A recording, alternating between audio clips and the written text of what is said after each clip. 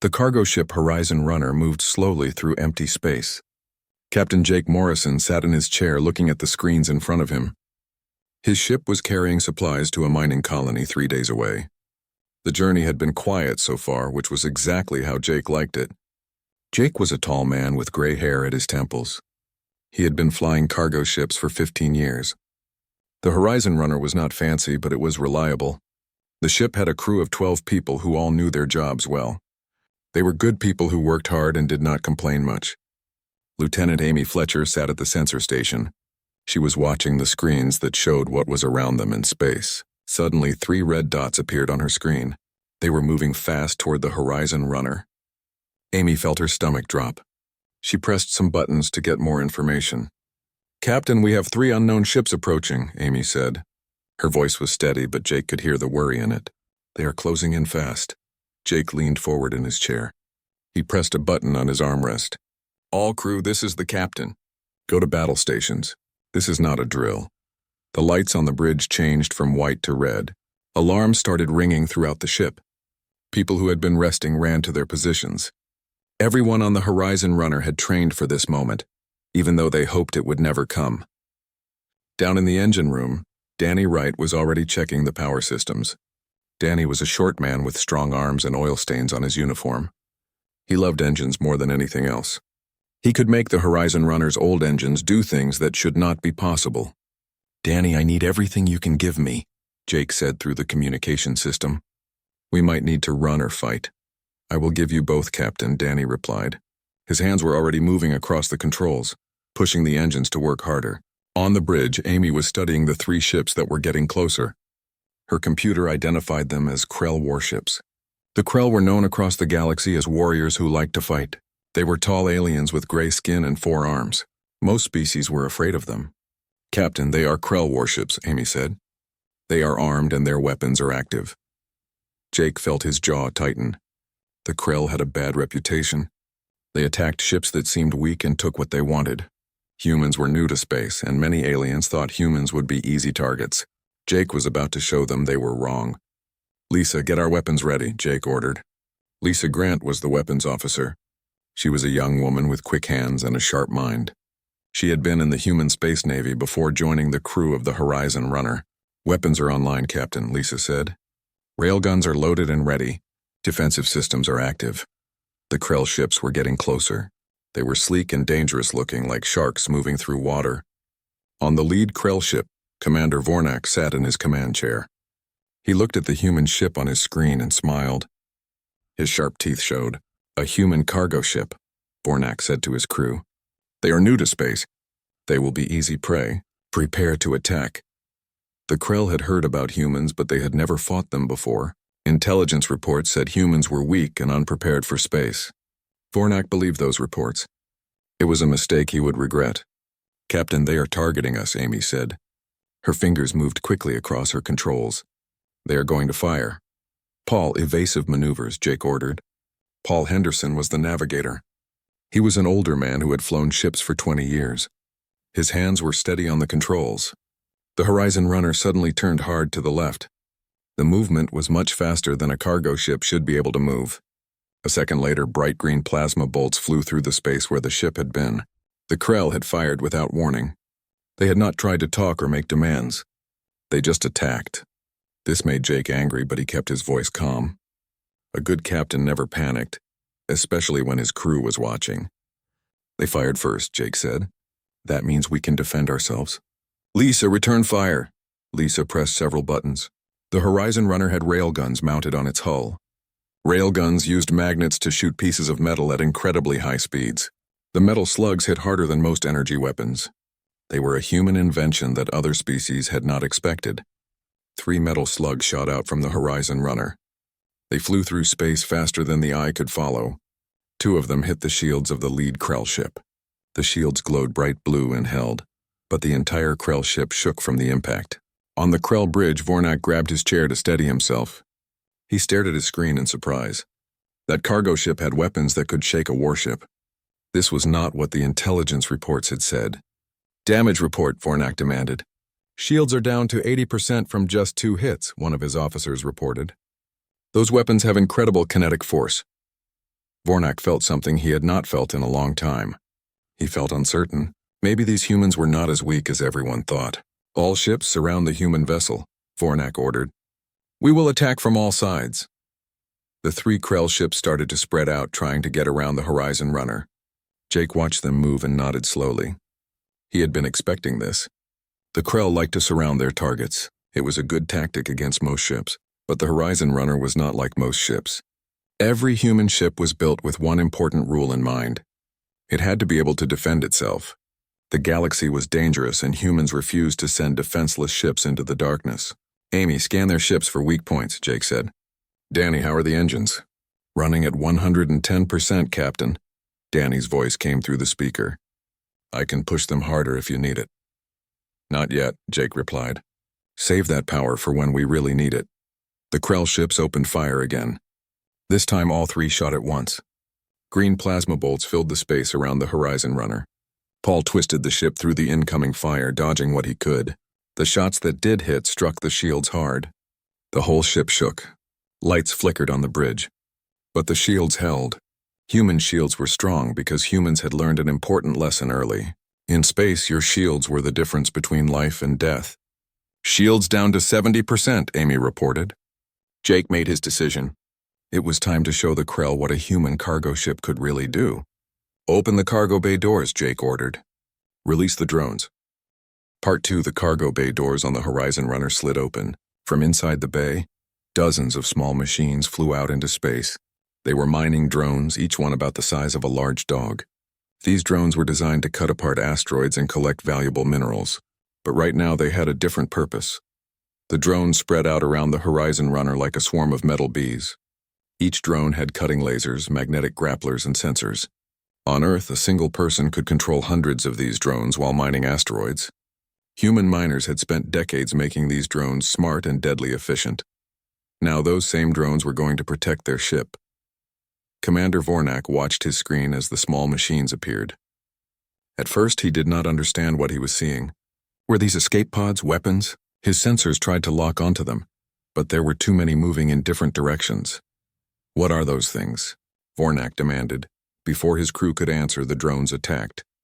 They moved fast, much faster than the Krell expected. 10 drones swarmed toward the nearest Krell warship.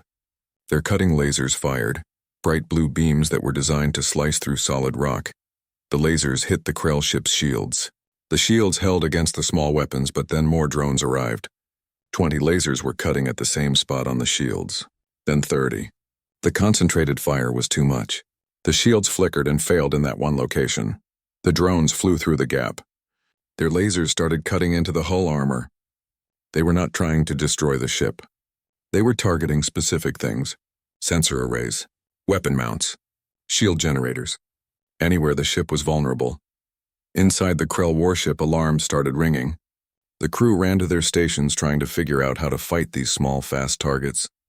Their big weapons were designed to fight other warships, not tiny drones. It was like trying to swat flies with a hammer. Get those things off our hull, Vornak shouted into his communication system.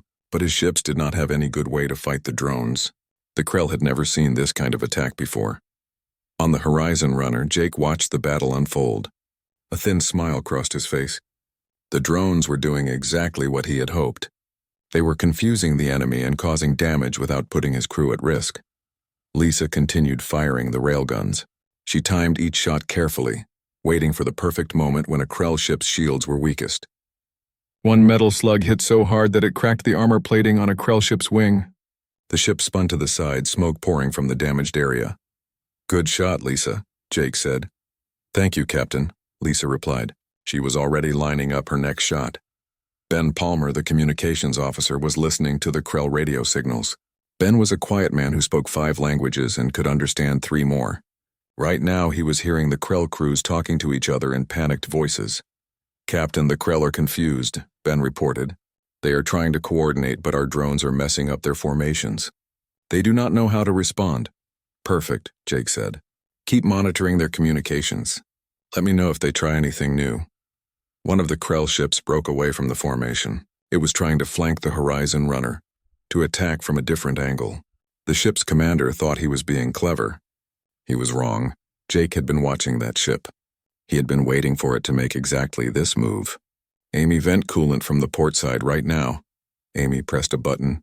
The Horizon Runner released a cloud of superheated coolant into space. The cloud expanded rapidly, creating a huge area of thermal interference.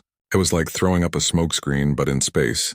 The Krell ship flew right into the cloud. Its sensors immediately went crazy. The thermal readings were so high that the ship's computer could not process them correctly. The Krell crew was flying blind. When the Krell ship came out the other side of the cloud, it found itself staring directly at the Horizon Runner's weapons. Lisa had been waiting. She fired 3 railgun slugs in quick succession. All 3 hit the Krell ship's already damaged shields. The shields collapsed completely. The 4th and 5th slugs hit the ship's engines.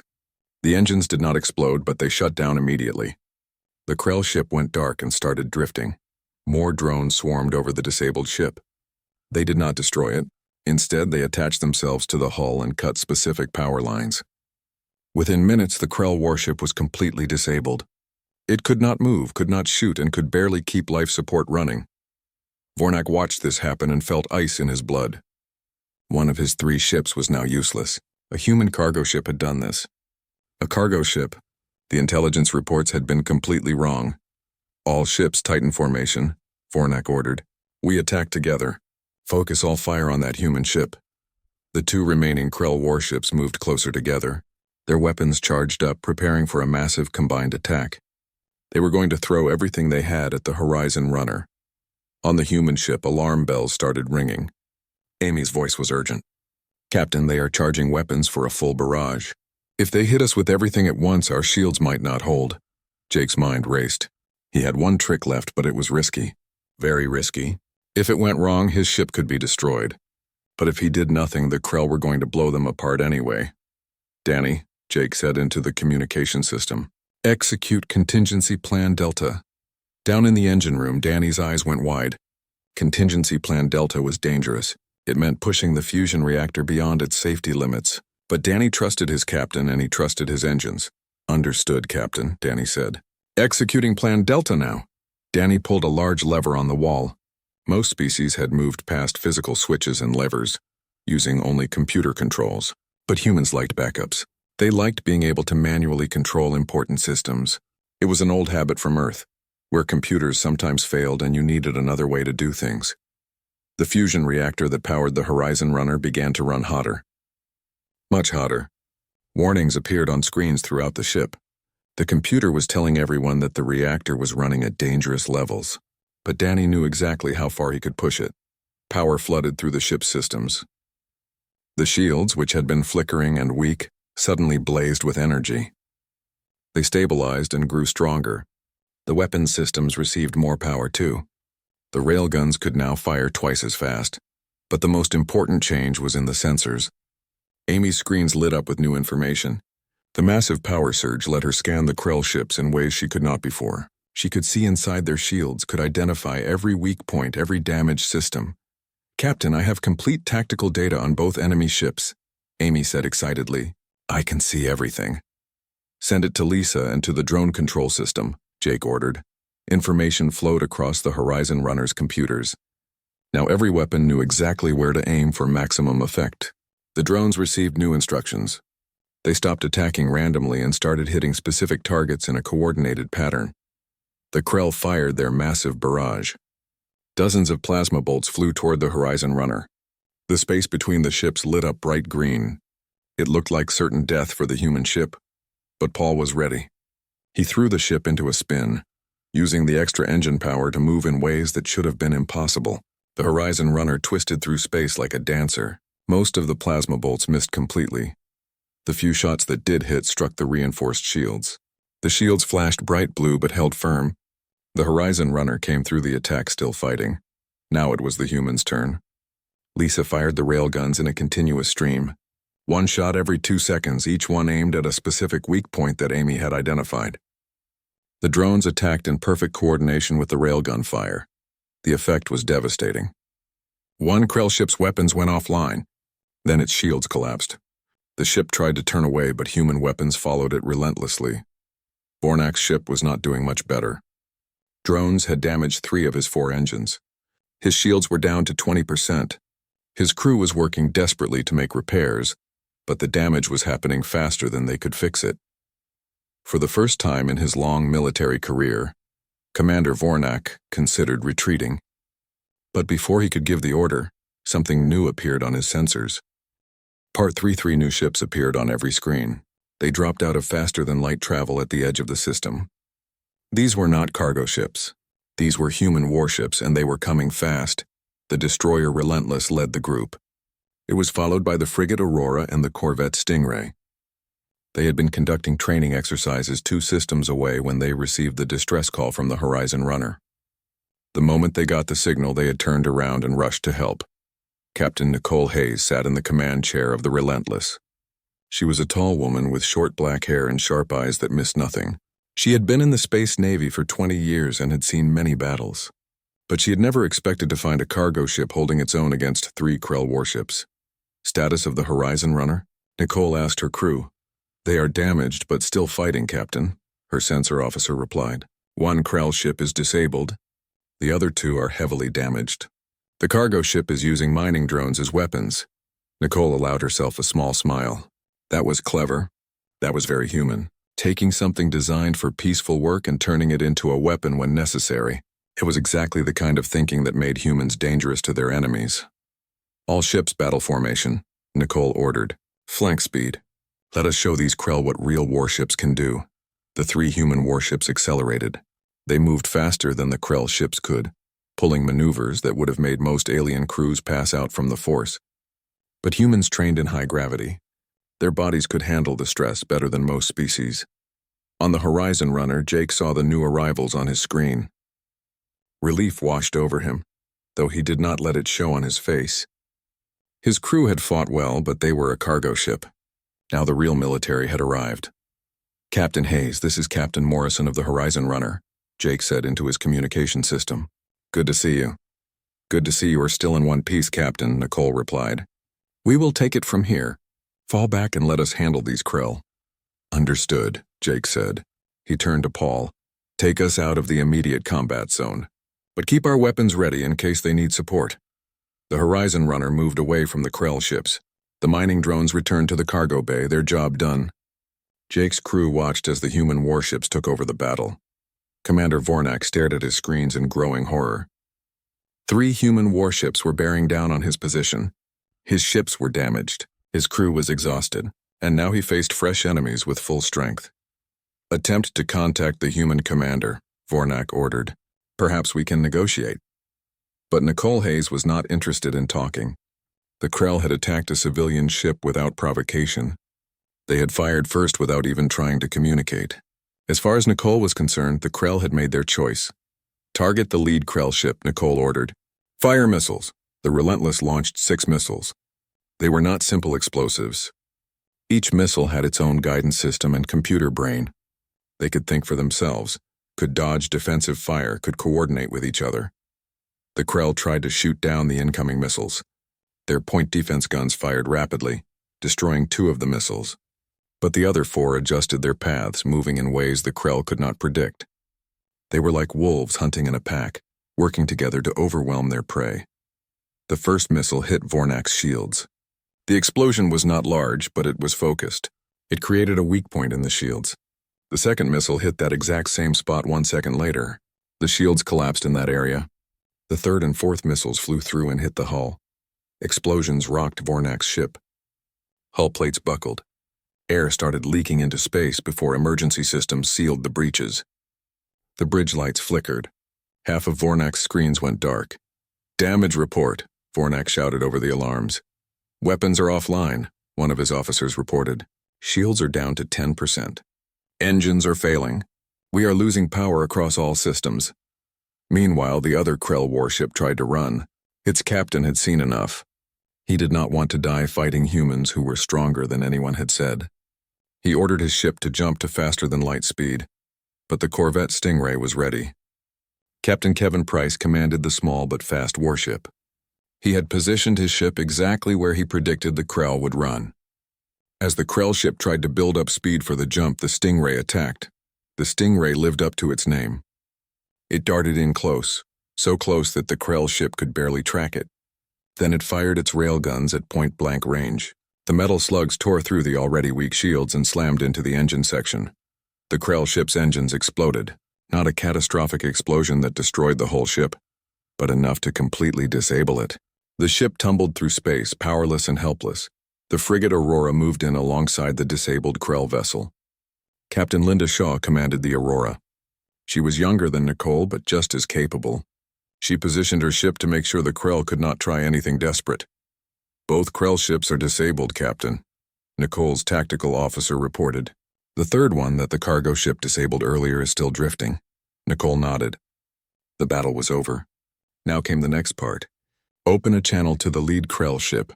Vornak's face appeared on Nicole's screen. The Krell commander looked defeated. His gray skin was pale. His forearms hung limply at his sides. He had never lost a battle before. The experience was bitter. "I am Captain Nicole Hayes of the human destroyer Relentless," Nicole said. Her voice was firm and clear. "You attacked a civilian vessel without provocation. You fired first without attempting communication. Under human law and the conventions of civilized species, you have committed an act of piracy." Vornak said nothing. What could he say? Everything she said was true. "Your ships will be seized," Nicole continued. "Your crews will be taken into custody. You will be transported to Armstrong Station where you will face charges. If your government wishes to contest these actions, they may do so through proper diplomatic channels." This was not what Vornak had expected. In Krell culture, defeated enemies were killed or enslaved. The idea of trials and lawyers and diplomatic channels was foreign to him, but he was in no position to argue. "We surrender," Vornak said quietly. "Wise choice," Nicole replied. She cut the communication channel and turned to her crew. "Contact the Horizon Runner. Make sure they are okay. Then prepare boarding teams. I want Marines on those Krell ships within the hour." The human warships moved into position around the 3 disabled Krell vessels. Marines prepared their equipment and weapons. Medical teams got ready to treat any injured, whether human or Krell. Everything was done by the book, following proper military procedures. On the Horizon Runner, Jake's crew was running damage control. The ship had taken several hits during the fight. Hull breaches had been sealed. Damaged systems were being repaired. But everyone was alive, and that was what mattered most. "Captain, we are receiving a message from Captain Hayes," Ben reported. "She wants to know if we need assistance." "Tell her we are okay," Jake said. "Some damage, but nothing we cannot handle. Thank her for the timely rescue." Danny came up from the engine room. He was covered in grease and sweat, but he was grinning. "We did it, Captain. We held off 3 Krell warships with a cargo hauler." "We did indeed," Jake agreed. He looked around at his crew. They were tired. They were shaken. But they were proud. They had faced a superior enemy and survived. Everyone did their jobs perfectly. I could not ask for a better crew. Helen Price, the medical officer, checked on everyone to make sure no one was hurt. Tony Blake, the security chief, inspected the damage to make sure the ship was safe. Every crew member had a job to do, and they did it. Outside, the Marines from the Relentless were boarding the Krell ships. They moved through the alien vessels with practiced efficiency. The Krell crew members were disarmed and secured. Any injured Krell received medical treatment, the same treatment that injured humans would get. Commander Greg Stone led the boarding team onto Vornak's ship. Greg was a big man with a square jaw and calm eyes. He had been a Marine for 15 years and had conducted dozens of boarding operations. He knew how to be firm but fair. Greg found Vornak on the bridge. The Krell commander stood waiting, unwilling to hide even in defeat. Greg approached him calmly, his weapon lowered but ready. "Commander Vornak, I am Commander Greg Stone of the Human Marine Corps," Greg said. "Under the authority of the human military and the Galactic Council conventions, I am placing you under arrest for piracy and attempted murder." Vornak listened as his translator converted the words. He was being arrested. There would be a trial. This was all so strange to him, but he nodded his understanding. "You will be treated according to the standards of interstellar law," Greg continued. "You will receive medical care, legal representation, and fair treatment. Do you understand?" "I understand," Vornak replied. His voice was hollow. He had attacked what he thought was weak prey, and instead he had found predators who fought with rules and laws but were no less dangerous for it. Part 4. 3 days later, the Horizon Runner arrived at Armstrong Station.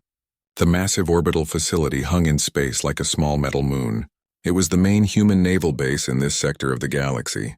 Hundreds of ships moved around it, from tiny shuttles to enormous battleships. The station's docking crews guided the damaged cargo ship into a repair bay. As soon as the Horizon Runner was secure, teams of technicians swarmed over it. They would fix every damaged system and make the ship better than it had been before. Jake stood on the station's observation deck, looking out at his ship through the large windows. Captain Nicole Hayes stood beside him. They had been asked to report to Admiral Christopher Kane, the officer in charge of all human military forces in this region. "Your crew fought well," Nicole said. "Most cargo ships would have been destroyed in the first minute against 3 Krell warships." "We did what we had to do," Jake replied. "Every human ship is built to defend itself. We train for situations like this even though we hope they never happen." "That training saved your lives," Nicole said, "and it sent a message to the galaxy. Humans are not easy targets." A young officer approached them. "Admiral Kane will see you now." They followed the officer through the station's corridors. Armstrong Station was huge, with thousands of people living and working inside it. They passed cafeterias where crews were eating, training rooms where soldiers practiced, and control centers where officers monitored the surrounding space. Admiral Kane's office had a large window that looked out at the stars. The Admiral was an older man with white hair and a lined face. He had spent 40 years in the Space Navy and had seen humanity grow from a planet-bound species to one that traveled among the stars. "Captain Morrison, Captain Hayes, please sit down," Admiral Kane said. He gestured to chairs in front of his desk. "I have read both of your reports. Quite an engagement." "Yes, sir," Jake said simply. "The Krell made a serious mistake," Admiral Kane continued. "They attacked a civilian vessel based on faulty intelligence. They thought humans were weak and unprepared. Now they know better." "What will happen to them, sir?" Nicole asked. "They will face trial here on the station," Admiral Kane replied. "We have contacted the Krell government. They are sending representatives to observe the proceedings. The Galactic Council has also been notified." The Admiral stood and walked to the window. He looked out at the stars for a moment before continuing. "This incident is bigger than just one battle," he said. "Other species have been watching humanity. Some thought we would be easy prey because we are new to space. The Krell attack and your response have changed that perception." Jake understood what the Admiral meant. News of the battle would spread across the galaxy. Other aggressive species would hear about it. They would learn that attacking human ships, even cargo ships, was not a simple or safe thing to do. "The Galactic Council wants to meet with human representatives," Admiral Kane said. "They want to understand how a cargo ship could defeat 3 warships. They want to know what other capabilities we have." "What will you tell them, sir?" Nicole asked. "The truth," Admiral Kane replied. "That humans prepare for the worst and hope for the best. That we build every ship to defend itself. That we train every crew for combat situations. And that we will defend ourselves when attacked. But we do not seek war." Over the next few weeks, the station became busy with activity. Diplomats arrived from multiple species. News reporters from across the galaxy came to interview the crew of the Horizon Runner. The story of the battle spread quickly. In the detention center, Commander Vornak was kept in a secure but comfortable cell. He had been given medical treatment for his injuries. Human lawyers had explained the charges against him and the legal process he would face. It was all very civilized and very confusing to someone raised in Krell warrior culture. One evening, Jake visited Vornak's cell. The guards let him through after checking his identification. Vornak was sitting on a bench staring at the wall. He looked up when Jake entered. "Captain Morrison," Vornak said. "I did not expect to see you." "I wanted to talk," Jake said. He sat down on a chair across from Vornak. Only a transparent barrier separated them. "I want to understand why you attacked us." Vornak was quiet for a long moment. Then he began to speak. "In Krell society, strength is everything," Vornak explained. "We are taught from birth that the strong dominate the weak. When we heard about humans, our intelligence said you were weak. New to space, unprepared, it seemed like an easy victory." "But we were not weak," Jake said. "No," Vornak agreed. "You were not. Your ship was stronger than it appeared. Your weapons were powerful. Your tactics were clever. And when I thought we might still win, your warships arrived and defeated us easily." Jake nodded slowly. He was beginning to understand the Krell perspective. They saw the universe as a place where only the strong survived. It was a harsh view, but it was what they knew. Humans have a different philosophy, Jake said. We believe in being strong enough to defend ourselves, but we do not believe in attacking others without cause. We have rules, laws, and codes of conduct. We follow them even in war. This is strange to me, Vornak admitted. In my culture, defeated enemies are shown no mercy. Yet I sit here in a comfortable cell. I have been given medical care. I have lawyers to defend me. I do not understand why you treat me this way. Because we believe every person has rights, Jake explained. Even our enemies. Even people who attacked us. You will face punishment for what you did. But you will be treated fairly. Vornak looked at Jake with something that might have been respect. Your species is unlike any I have encountered. You have great strength, but you choose not to use it for conquest. You follow rules even when it would be easier not to. This is either very wise or very foolish. I am not sure which. Maybe both, Jake said with a slight smile. Humans are complicated. They talked for another hour. Jake learned about Krell culture, their history, their way of seeing the universe. Vornak learned about human history, the wars they had fought among themselves, and the decision they made when they reached space to be different, to be better. When Jake left, Vornak sat thinking about everything they had discussed. His entire worldview was being challenged. Everything he had been taught about strength and weakness seemed less certain now. The trial began 2 weeks later. It was held in a large courtroom on the station. Representatives from the Krell government sat in the observers section. So did diplomats from dozens of other species. The Galactic Council sent 3 judges to make sure everything was fair. The evidence was presented clearly. Video recordings from the Horizon Runner showed the Krell ships attacking without warning. Sensor logs proved that the cargo ship had only defended itself. Communications records showed that the Krell had not tried to talk before opening fire. Vornak stood before the court and admitted everything. Yes, he had attacked the human ship. Yes, he had done so without provocation. Yes, he understood now that what he did was wrong according to the laws of civilized species. The judges deliberated for 1 day. Then they returned with their verdict. Vornak was found guilty of piracy and attempted murder. He was sentenced to 10 years in a detention facility. It was a harsh sentence, but it was fair according to interstellar law. The Krell government protested at first. They claimed their commander had only been following Krell traditions. But when the Galactic Council showed them the evidence and explained the laws, they had no choice but to accept the verdict. More importantly, the Council issued a new ruling. The Krell Empire would be fined for the attack. They would have to pay compensation to the crew of the Horizon Runner, and they would have to issue a formal apology to humanity. It was a humiliating moment for the Krell, but it was also an important lesson. The galaxy had rules, and even warrior species had to follow them. Back on Armstrong Station, Jake and his crew prepared to return to their ship. The repairs were complete. The Horizon Runner looked as good as new, maybe even better. The military had upgraded some of the systems as a thank you for their brave fight. Admiral Kane met with Jake one final time before he left. You and your crew did something important, the Admiral said. You showed the galaxy that humans can defend themselves. You proved that we belong out here among the stars. We just did our job, sir, Jake replied. Sometimes that is all it takes, Admiral Kane said. Safe travels, Captain. May your future journeys be more peaceful than this one. Jake smiled. I hope so too, sir. Part 5. 6 months passed after the incident with the Krell. Life slowly returned to normal for Jake Morrison and the crew of the Horizon Runner. They went back to running cargo between planets and space stations. But things were different now. Other ships in space gave them more room. Alien crews who saw the Horizon Runner knew its name and its story. The tale of the cargo ship that fought off 3 Krell warships had spread across the galaxy. Some species told it as a warning. Others told it as an example of courage. But everyone who traveled through space knew about it.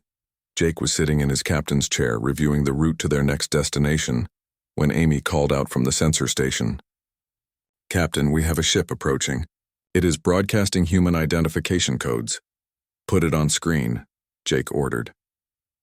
A small courier ship appeared on the main display. It was sending a message asking for permission to come alongside the Horizon Runner. Jake granted permission, curious about who would be coming to meet them in the middle of empty space. 20 minutes later, A shuttle docked with the Horizon Runner. A man in a formal suit came aboard. He introduced himself as Alex Carter, a representative from the Human Diplomatic Corps. "Captain Morrison, I apologize for the unexpected visit," Alex said, "but I have news that I thought you should hear in person." Jake led Alex to his ready room, a small office next to the bridge. They sat down across from each other. "What kind of news?" Jake asked. "The Galactic Council has made some significant decisions," Alex explained. "Your battle with the Krell caused a lot of discussion among the member species. Many of them had questions about human capabilities and intentions." "I imagine they did," Jake said. "The Council has updated their threat assessment for humanity." Alex continued. "We are now classified as a major power in the galaxy. Species that were thinking about testing us like the Krell did are reconsidering. Your fight showed them that humans are dangerous when provoked." Jake was not sure how to feel about that. He had never wanted to be dangerous. He just wanted to do his job and keep his crew safe. But he understood that sometimes you had to show strength to maintain peace. "There is more," Alex said. "Several species have reached out to humanity requesting trade agreements and mutual defense pacts. They want us as allies rather than enemies. Our diplomatic status in the galaxy has improved significantly." "Because we won one fight?" Jake asked. "Because you won that fight the right way," Alex corrected. "You defended yourself without being cruel. You disabled enemy ships rather than destroying them. You captured the Krell crews and gave them fair trials. You followed rules of war that many species respect but some forget." That impressed a lot of people. Jake thought about this. Humans had decided long ago that if they were going to be in space, they would do it with honor. They would be strong but not bullies. They would fight when necessary but show mercy when possible. It seemed that decision was paying off. "How are the Krell handling all this?" Jake asked. "Interestingly," Alex replied, "the incident caused major debates in their government. Some wanted revenge, but others argued that maybe their traditional way of thinking needed to change. The galaxy is bigger than they thought, and not everyone they meet will be weaker than them." "Commander Vornak probably helped with that," Jake said. "We talked several times before his trial. I think he started to see things differently." "He did," Alex confirmed. "After he was sentenced, Vornak gave a statement to his government. He told them that humans were worthy of respect, that fighting them was not a simple matter. Some Krell leaders were angry about this, but others listened. The Krell Empire has officially requested to open diplomatic relations with humanity." Jake was surprised by that. 6 months ago, the Krell had tried to destroy his ship. Now they wanted to be diplomatic. The galaxy was a strange place. "What about the crew of the Horizon Runner?" Jake asked. "What happens to us now?" "Nothing unless you want something to happen," Alex said. "You can continue running cargo as before.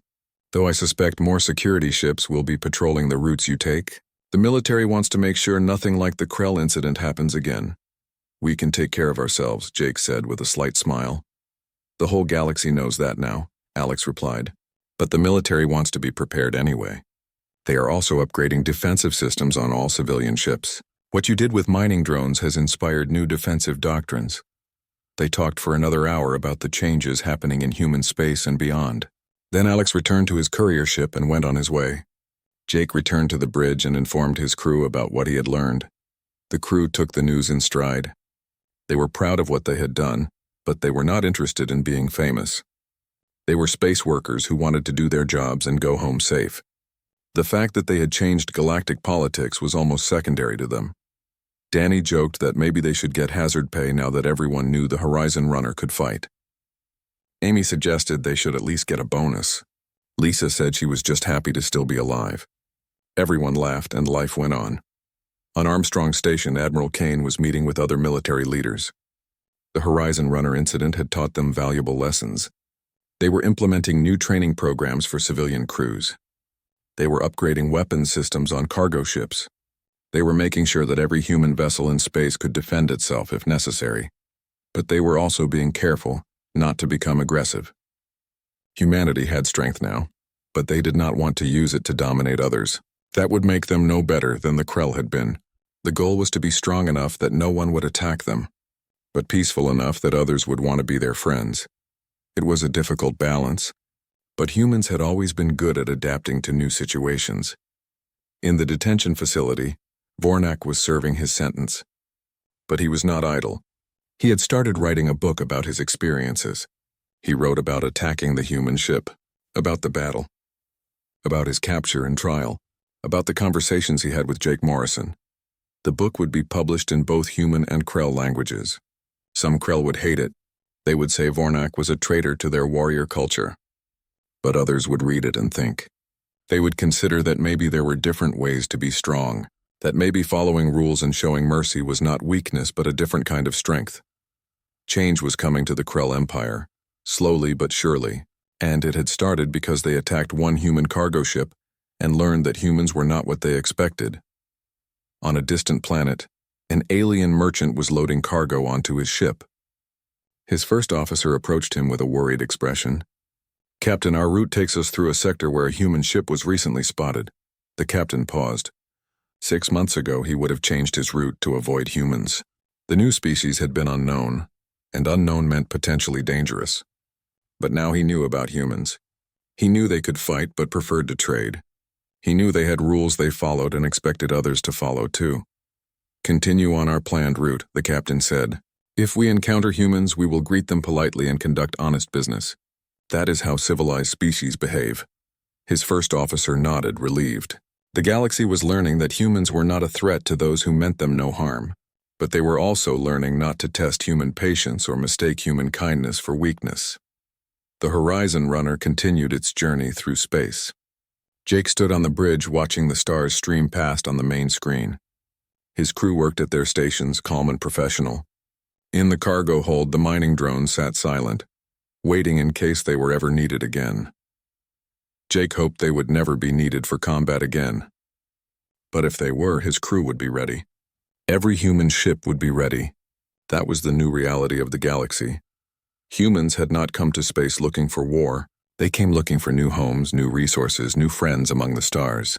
But they had also come prepared to defend themselves and their way of life. The message had been sent and received. Humanity was here to stay. They would trade with those who wanted to trade. They would help those who needed help. They would cooperate with those who wanted cooperation. But if someone chose violence, they would discover what the Krell had learned. Humans were survivors. They had climbed from primitive beginnings to become a spacefaring civilization. They had overcome countless challenges on their home planet. They had learned from thousands of years of war and peace. Now they brought all that experience, all that determination, all that adaptability to the galaxy. They were not the strongest species. They were not the smartest or the fastest or the most advanced. But they were among the most dangerous when pushed, because they refused to give up and could turn anything into a weapon. The story of the Horizon Runner became a legend in human space. Parents told it to their children. Teachers used it in schools to explain why humans built ships the way they did. Military academies studied it to understand effective defense tactics. But for Jake and his crew, it was just one day in their lives. A scary day, a dangerous day, but ultimately just one day. They had done what needed to be done, and then they moved on. That was the human way. As the Horizon Runner jumped to faster-than-light speed, heading toward its next destination, Jake allowed himself a small smile. The galaxy was a